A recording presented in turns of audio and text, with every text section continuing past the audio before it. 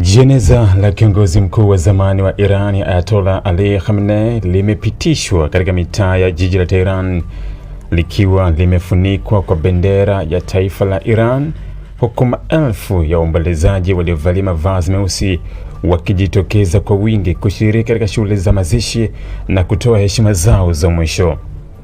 Pamoja na jeneza la Khamenei, majeneza ya baadhi ya wanafamilia wake waliouawa katika shambulio la anga la Februari 28 pia yamebebwa katika msafara huo mkubwa uliohudhuriwa na viongozi wa kisiasa, kijeshi, kidini na wananchi kutoka maeneo mbalimbali ya Iran. Msafara huo ulianza katikati ya jiji la Tehran na kuelekea katika uwanja wa ndege wa kimataifa wa Mehrabad, huku lori maalum lililobeba majeneza likisonga taratibu kutokana na umati mkubwa wa watu uliokuwa umejaa pande zote za barabara. Waombolezaji walikuwa wakipeperusha bendera za Iran, picha za Khamenei na mabango yenye ujumbe wa kuonyesha utii na heshima kwa kiongozi huyo.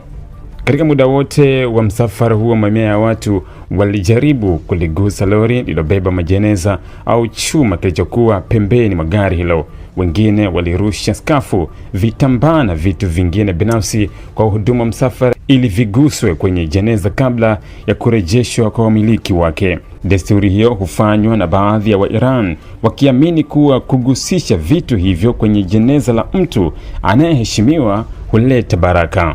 Mazingira ya maombolezo yalichanganyika na hisia kali za hasira. Waombolezaji wengi walikuwa wakilia, wakisoma dua na kupaza sauti za kuonyesha mshikamano, huku wengine wakisisitiza kwa kifo cha Khamenei hakitawasahaulisha kwamba Iran inapaswa kujibu kwa nguvu dhidi ya wale wanaowalaumu kwa shambulio lililosababisha vifo hivyo.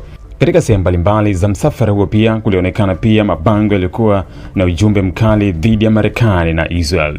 Baadhi ya waombolezaji walibeba mabango yaliokuwa yakitoa wito wa kulipiza kisasi, huku wengine wakionyesha mfano wa rais wa Marekani Donald Trump uliotengenezwa na kuning'inizwa kama ishara ya hasira zao. Vile mabango yaliyomtaja waziri mkuu wa Israel Benjamin Netanyahu yalionekana yakibebwa na baadhi ya washiriki wa mazishi. Mazishi hayo yanafanyika katika kipindi ambacho mvutano kati ya Iran, Israel na Marekani unaendelea kuwa mkubwa kufuatia vita vilivyozuka mapema mwaka huu. Wachambuzi wa masuala ya siasa za Mashariki ya Kati wanaona kuwa kauli za kulipiza kisasi zilizotolewa na baadhi ya waombolezaji zinaonyesha namna tukio hilo lilivyozidisha hisia za wananchi na zinavyoweza kuongeza shinikizo kwa viongozi wa Iran kuhusu hatua watakazochukua katika siku zijazo.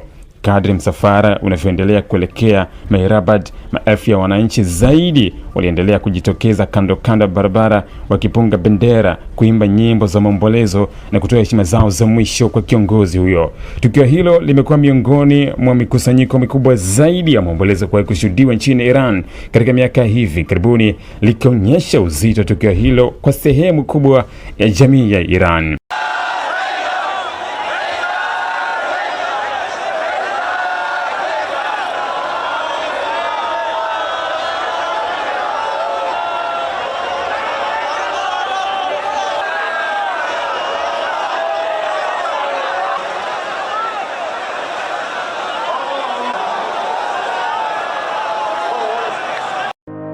Ili kuwa mwanafamilia bora wa Global TV, usisahau kusubscribe, like, kushare na kucomment. Baada ya kusubscribe, bonyeza alama ya kengele ili kupata taarifa kwa kila video inayopanda Global TV Online.